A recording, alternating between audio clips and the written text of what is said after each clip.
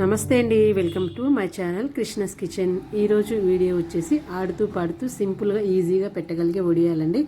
ఎవరైనా first time పెట్టేవాళ్ళు కూడా చాలా పర్ఫెక్ట్గా పెట్టుకోవచ్చు అండి. అస్సలు పాడనేదే అవ్వదు. ఫ్యాన్ కింద ఆడుతూ పాడుతూ చాలా ఈజీగా అయితే పెట్టేసుకోవచ్చు.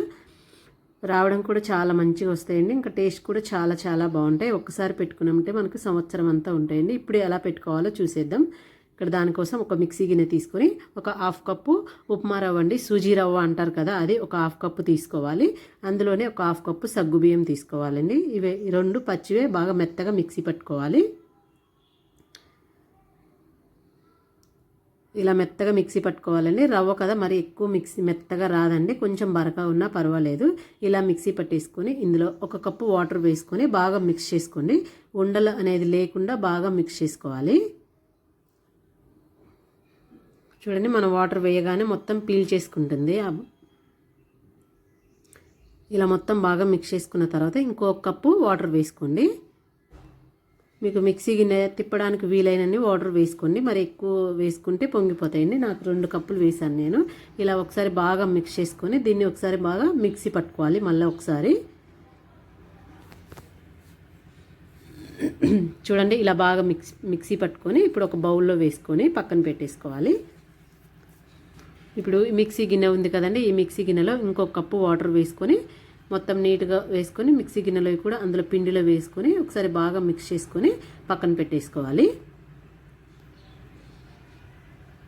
ఒకసారి మళ్ళీ కలుపుకోండి. ఇలా కలిపేసుకొని బాగా పక్కన పెట్టేసుకోండి. ఇప్పుడు స్టవ్ మీద ఒక మందపాటి గిన్నె పెట్టుకొని ఇందులో వాటర్ వేసుకోవాలి.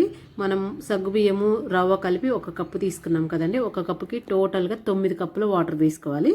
నేను మిక్సీ పట్టేటప్పుడు మొత్తం 3 కప్పుల వాటర్ వేసాను. ఇందులో 6 కప్పుల వాటర్ వేస్తున్నానండి. టోటల్గా 9 కప్స్ వేసుకోవాలన్నమాట. 9 కప్స్ వాటర్ వేసుకొని మంట మీడియంగా పెట్టుకొని బాగా మరిగించుకోవాలి. చూడండి, ఇలా మరుగుతున్న టైంలో మనం రెడీ చేసి పెట్టుకున్న ఈ పిండిని ఒకసారి వేసుకునేటప్పుడు మళ్ళీ ఒకసారి బాగా కలుపుకోవాలి. ఎందుకంటే పిండి అంతా అడుగు పేరుకుపోయి ఉంటుంది.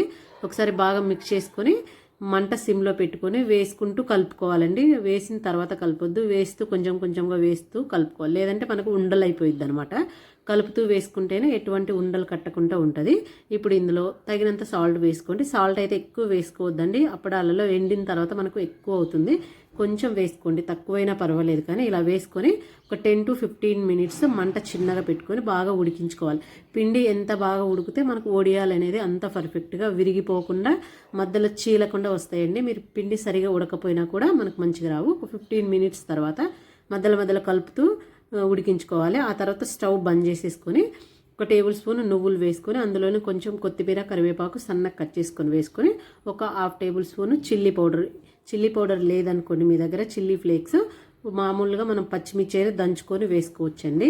ఇలా వేసుకొని ఇందులో జీలకర్ర కూడా వేసుకోవచ్చు. నేను జీలకర్ర వేయట్లేదు. ఇలా వేసేసి మొత్తం బాగా కలుపుకొని ఒక 10 నిమిషాల పాటు పక్కన పెట్టేసుకోండి. దీన్ని మరి చల్లగా ఎంతవరకు ఉంచుకోవద్దండి. మరి చల్లగా అయితే మనకు పిండి అనేది గట్టి పడుతుంది.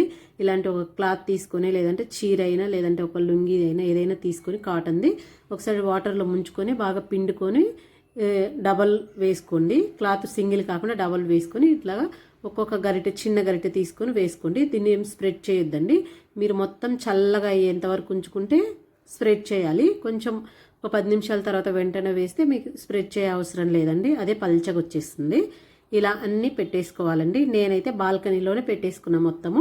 మీరు కావాలంటే ఫ్యాన్ కింద అయినా పెట్టుకోవచ్చు, లేదు ఎండలో పెట్టుకునేమాట అయితే ఎండలో అయినా పెట్టుకోవచ్చు అండి. ఈ బాల్కనీలో పెట్టుకున్న ఈవినింగ్ కల్లా చక్కగా ఆరిపోయినాయండి. నాకైతే వేడికి చక్కగా వెండిపోయినాయి. చూడండి, ఈవినింగ్ కల్లా ఇలా అయిపోయినాయండి. ఈవినింగ్ చూపిస్తున్నాను. మనం తీసుకునే ముందు క్లాత్ తిప్పేసి వాటర్ చల్లి ఒక 5 నిమిషాల పాటు పక్కన పెట్టేసుకోండి. అప్పుడు మనకు ఈజీగా వస్తాయి తీయడానికి. చాలా పల్చగా ఉన్నాయండి, చాలా బాగున్నాయి అనమాట. ఇంత పల్చగా పెట్టుకుంటే మనకు అప్పడాలు వేయించుకున్నప్పుడు మంచి క్రిస్పీగా వస్తాయి. మందంగా ఉంటే సరిగా రావు, పల్చగా ఉంటే చాలా టేస్ట్ కూడా ఉంటాయి. ఇలా వాటర్ చల్లి ఒక 5 నిమిషాలు పక్కన పెట్టేస్తే మనకు ఇలా ఈజీగా రిమూవ్ అవుతాయండి. ఇలా మొత్తం తీసేసుకొని ఇవి కొంచెం వాటర్ చల్లుతాం కాబట్టి కొంచెం తడిగా ఉంటాయి కాబట్టి ఒక హాఫ్ డే ఎండలో పెట్టుకున్నామంటే చక్కగా ఎండిపోతాయి అనమాట. చూడండి ఎంత పల్చగా ఉన్నాయో, చూస్తుంటే మీకు అర్థమవుతుంది. చూడండి ఎంత పల్చగా ఉన్నాయో. ఇలా పెట్టేసుకుంటే మనము 1 కిలో పెట్టుకున్నామంటే సంవత్సరం అంతా వస్తాయండి. నేను ఒక చిన్న కప్ పెట్టాను కాబట్టి మీరు ఒక కిలో రైస్ పెట్టుకున్నారంటే చక్కగా సరిపోతాయండి. చూడండి, ఇలా ఎండబెట్టాక ఒక డబ్బాలో స్టోర్ చేసుకుంటే ఇయర్ మొత్తం పాడవకుండా ఉంటాయి. ఇప్పుడు స్టవ్ మీద ఆయిల్ పెట్టుకొని మంట బాగా కాగనివ్వాలండి. ఆయిల్ బాగా కాగిన తర్వాత వేసుకోవాలి. వెంటనే తీసేసుకోవాలండి, లేదంటే చూడండి మనకు పల్చగా ఉంటాయి కాబట్టి వెంటనే నల్లగా వచ్చేస్తాయి. అలా వేసి ఇలా తీసేసుకోవాలి అంతే అండి. కాలడం కూడా చాలా ఈజీగా త్వరగా కాలిపోతాయి. టేస్ట్ కూడా అంతే బాగున్నాయండి. ఒకసారి ట్రై చేయండి. సింపుల్గా ఎటువంటి బియ్యం నానబెట్టి పని లేకుండా అప్పటికప్పుడు మిక్సీ పట్టి ఈజీగా అయితే పెట్టేసుకోవచ్చు. చాలా బాగుంటాయి. అంతేనండి. ఈ వీడియో నచ్చితే ఒక లైక్ ఇవ్వండి.